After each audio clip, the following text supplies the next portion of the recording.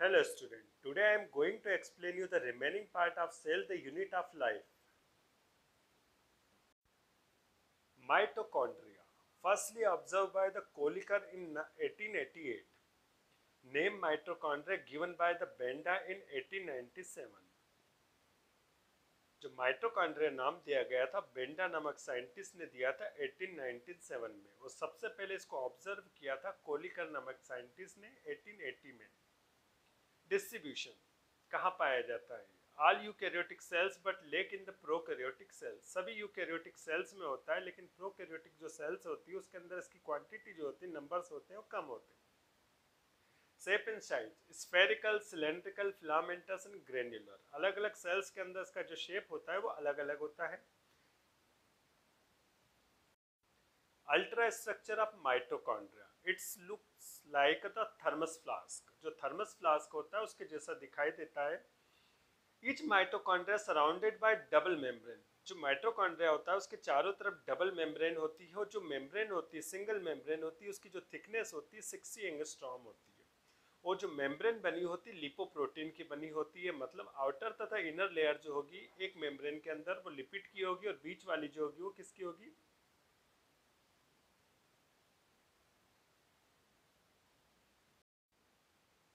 Ultra structure of mitochondria, each mitochondria surrounded by double membrane. जो mitochondria होता है उसके चारों तरफ डबल मेम्ब्रेन होती है, और उनकी जो थिकनेस होती है एक मेम्ब्रेन की वो 60 एंगस्ट्रॉम होती है, और ये बनी होती है लिपिड और प्रोटीन से। Inner membrane form the finger like projection. तो इनकी जो आउटर मेम्ब्रेन होती है और इनर मेम्ब्रेन होती है उसके बीच में एक स्पेस होता है। जो इनर मेम्ब्रेन होती है उसमें फिंगर लाइक प्रोजेक्शन होते हैं, मतलब उंगली के समान उभार होते हैं, जिसको क्रिस्टा या माइटोकॉन्ड्रियल क्रेस्ट कहते हैं। और जो माइटोकॉन्ड्रिया होता है उसका अंदर का जो पोर्शन होता है उसके अंदर मैट्रिक्स फील्ड होता है। जो मैट्रिक्स होता है उसके अंदर प्रोटीन होता है, लिपिड होता है, सर्कुलर डीएनए होता है, 70s राइबोसोम्स होता है। तो जो माइटोकॉन्ड्रिया के चारों तरफ डबल मेम्ब्रेन होती है, outer membrane, inner membrane. Outer membrane और इनर मेम्ब्रेन, प्रत्येक मेम्ब्रेन की जो थिकनेस होती है 60 एंगस्ट्रॉम होती है, और ये बनी होती है लिपिड प्रोटीन की बनी होती है। जो इनर मेम्ब्रेन होती है उससे फिंगर लाइक प्रोजेक्शन निकलते हैं, जिसको क्रिस्टा तथा माइटोकॉन्ड्रियल क्रेस्ट कहते हैं। और अंदर जो फ्लूइड होता है वो मैट्रिक्स होता है, और मैट्रिक्स के अंदर प्रोटीन, लिपिड, सर्कुलर डीएनए तो 70s राइबोसोम्स होता है। एलिमेंट्री पार्टिकल और इनर मेम्ब्रेन सब यूनिट्स, जो फिंगर लाइक प्रोजेक्शन होते हैं, क्रेस्ट जिसको कहते हैं, उनके ऊपर क्या होते हैं? पार्टिकल्स होते हैं, जिनको F1 पार्टिकल या एलिमेंट्री पार्टिकल्स कहते हैं। इनका जो डायमीटर्स होता है, जो पार्टिकल्स होते हैं, इनका डायमीटर्स होता है 80 एंगस्ट्रॉम होता है। अब जो एक पार्टिकल की बात करेंगे तो एक जो पार्टिकल्स होता है उसके 3 पार्ट होते हैं। नीचे का जो पार्ट होता है उसका बेस होता है, मिडिल जो होता है उसको क्या कहते हैं? स्टॉक कहते हैं, और ऊपर का जो पोर्शन होता है उसको हेड कहते हैं। तो एक पार्टिकल के कितने पार्ट हो गए? 3। एक नीचे का, एक मिडिल का, और एक ऊपर पार्ट का। तो नीचे का बेस होगा, बीच वाला स्टॉक होगा, और ऊपर वाला हेड होगा। Particle contain electron transport chain और रेस्पिरेटरी चेन। ये जो पार्टिकल्स होते हैं इसके अंदर इलेक्ट्रॉन ट्रांसपोर्ट चेन होती है तथा रेस्पिरेटरी चेन होती है। You can see in this diagram the internal structure of mitochondria। ये जो माइटोकॉन्ड्रिया होता है थर्मस फ्लास्क की तरह होता है। इसमें बाहर की तरफ 2 मेम्ब्रेन होती है। ये जो मेम्ब्रेन होती है आउटर होती है, और ये अंदर वाली मेम्ब्रेन जो होगी वो कौन सी मेम्ब्रेन होगी? इनर मेम्ब्रेन होगी। तो आउटर और इनर मेम्ब्रेन के बीच में स्पेस होता है, जिसको पेरीमाइटोकॉन्ड्रियल स्पेस कहते हैं। अब जो इनर मेम्ब्रेन है उससे क्या निकलते हैं? फिंगर लाइक प्रोजेक्शन निकलते हैं। तो इस तरह से जो फिंगर लाइक प्रोजेक्शन है इसको क्या कहेंगे? क्रिस्टी कहेंगे। अब इन फिंगर लाइक प्रोजेक्शन में आपको ये जो पिन की तरह से स्ट्रक्चर दिख रहे हैं F1 पार्टिकल्स है, और बीच में क्या फील्ड होगा? मैट्रिक्स होगा। इस मैट्रिक्स में क्या होता है? प्रोटीन होता है, लिपिड होता है, और ये सर्कुलर क्या है? डीएनए है। इसके अलावा 70s राइबोसोम्स है।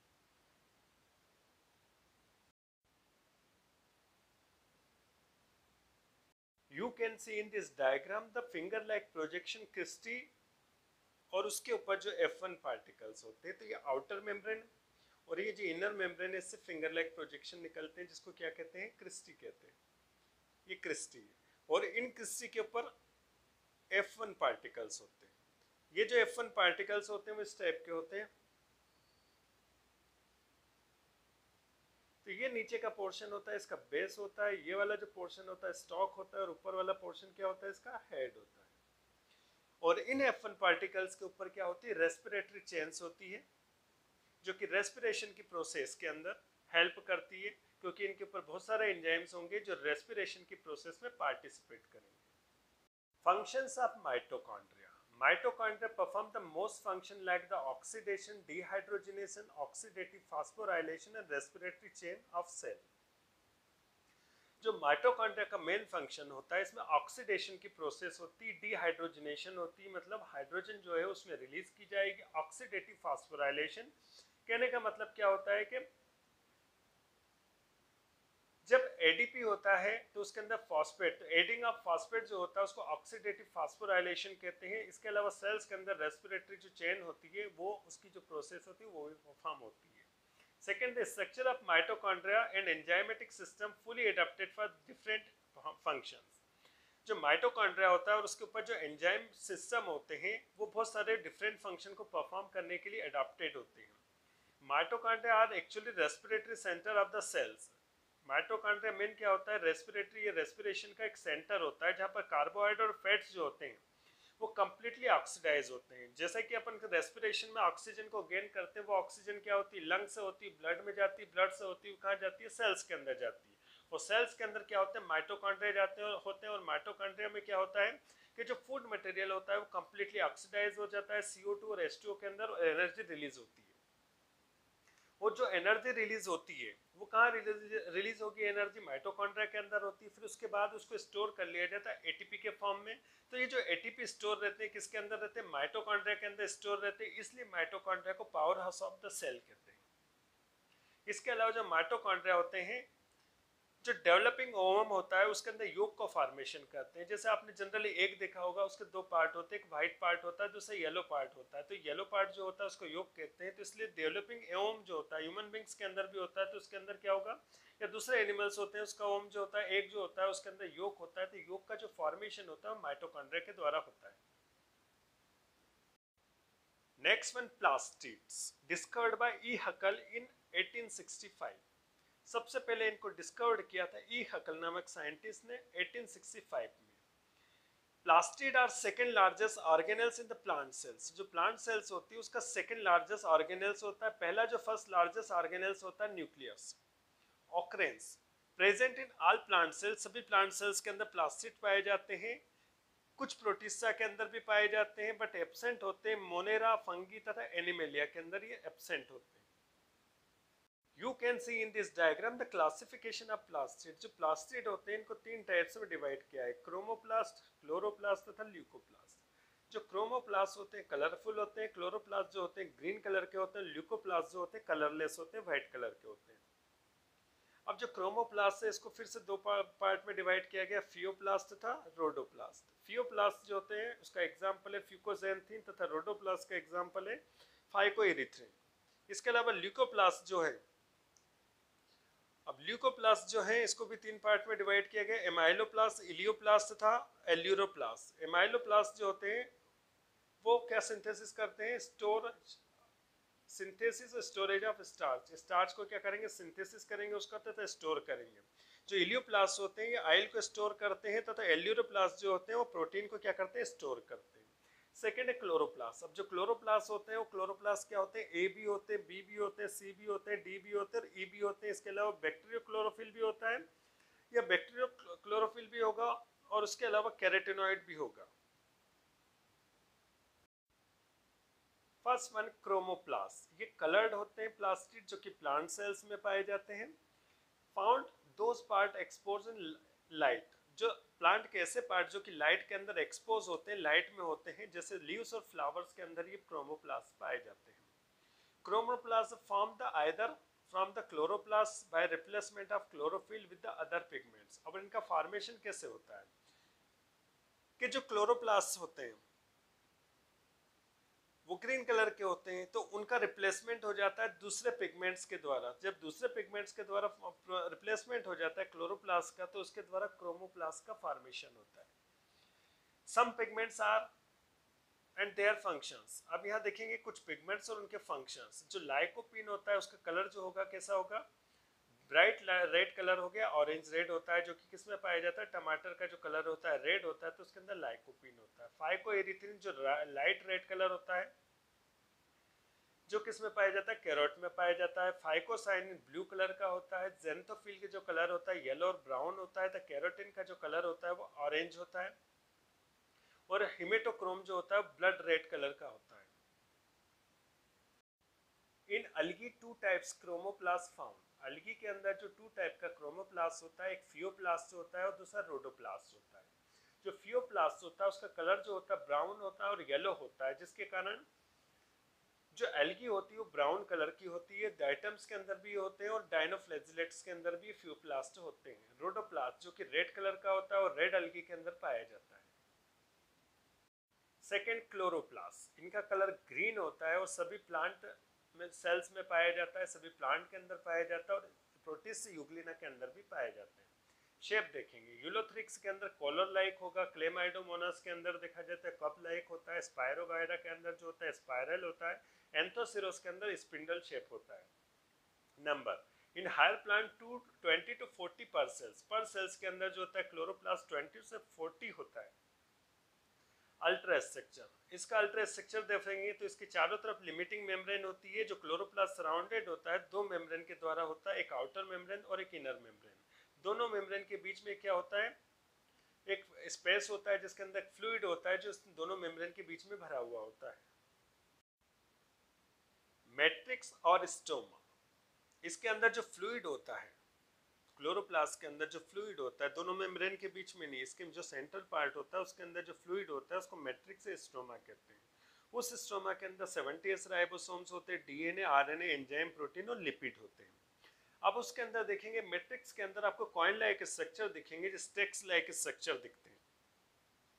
तो उन सभी स्टेक्स लाइक स्ट्रक्चर को एक साथ कंबाइनली क्या कहेंगे, आपको कॉइन लाइक स्ट्रक्चर को ग्रेना कहेंगे। Stroma content the many granular bodies called grana. जो स्ट्रोमा होता है उसके अंदर बहुत सारे ग्रेन्युलर लाइक बॉडीज होती है जिनको ग्रेना कहते हैं। एक क्लोरोप्लास्ट के अंदर जो होते हैं 40 to 60 ग्रेना पाए जाते हैं। जो ग्रेना जो होता है सिंगुलर होता है, वो ग्रेनम जो होता है वो प्लूरल होता है।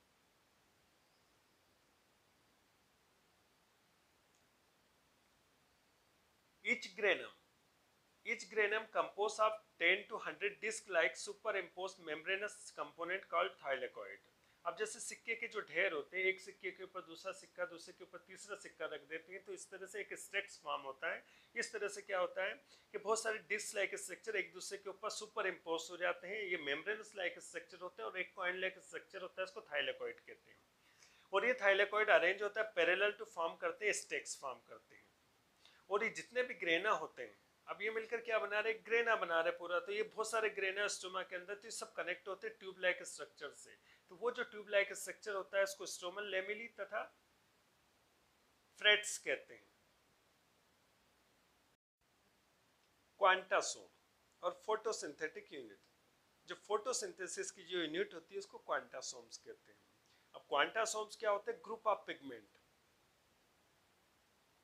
जिसको क्वांटासोम्स कहते हैं। पिगमेंट्स ऑफ क्लोरोप्लास्ट, जो क्लोरोप्लास्ट होते हैं उसके अंदर बहुत सारे पिगमेंट्स होते हैं जैसे क्लोरोफिल। अब क्लोरोफिल के कितने टाइप दे रखे हैं, यहाँ पर 5 टाइप दे रखे हैं, chlorophyll A B C D E. इसके अलावा सेकंड जो है बैक्टीरियल क्लोरोफिल, जो कि होता है बैक्टीरियो क्लोरोफिल और बैक्टीरियोविरिडिन। जो बैक्टीरियो क्लोरोफिल होता है वो कहाँ पाया जाता है, पर्पल सल्फर बैक्टीरिया के अंदर, और उसके अंदर जो क्लोरोफिल होता है ए और बी होता है। इसके बाद बैक्टीरियोविरिडिन जो क्लोरोबियम क्लोरोफिल कहलाता है और ये पाया जाता है ग्रीन सल्फर बैक्टीरिया के अंदर। थर्ड वन जो है कैरोटिनॉइड, जो कि 2 टाइप का होता है, एक कैरोटीन होता है, दूसरा जैंथोफिल होता है। तो ये सारे पिगमेंट किस में पाए जाते हैं, क्लोरोप्लास्ट के अंदर पाए जाते हैं। Third one leucoplast, white colour के होते हैं, इसके 3 टाइप्स होते हैं। Amyloplast, it is filled with starch found in the tuber dicotyledon endosperms. इनके अंदर क्या भरा रहता है, क्या फील्ड होता है, स्टार्च फील्ड होता है। और ये कहाँ पाए जाते हैं, जो ट्यूबर्स होते हैं।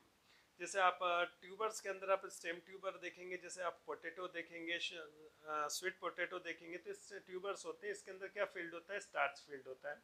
आपके कॉटिलिडन्स देखो, दाल के दोनों भाग देखते हैं, पल्सेस के अंदर दोनों भाग देते हैं, वो कॉटिलिडन्स होते हैं, उसमें भी स्टार्च होता है लेकिन कम क्वांटिटी में होता है। एंडोस्पर्म से होता है वो कहाँ होता है, एम्ब्रियो के डेवलपमेंट में नरिशमेंट प्रोवाइड करता है, तो उसके अंदर भी स्टार्च फील्ड होता है। सेकेंड आता है इलियोप्लास्ट, इसके अंदर जो होता है वो क्या स्टोर होता है, ऑयल स्टोर किया जाता है। नेक्स्ट वन आता है एल्यूरोप्लास्ट, जो कि प्रोटीनोप्लास्ट होता है, इसके अंदर स्टोर किया जाता है क्या, प्रोटीन को स्टोर किया जाता है। तो ये सभी क्या है, प्लास्टिड है। तो पहले के अंदर स्टार्च स्टोर किया जाता है, दूसरे के अंदर ऑयल को स्टोर किया जाता है, और तीसरे के अंदर प्रोटीन को स्टोर किया जाता है। Functions of plastid. The main function of chloroplast to prepare the food by photosynthesis process.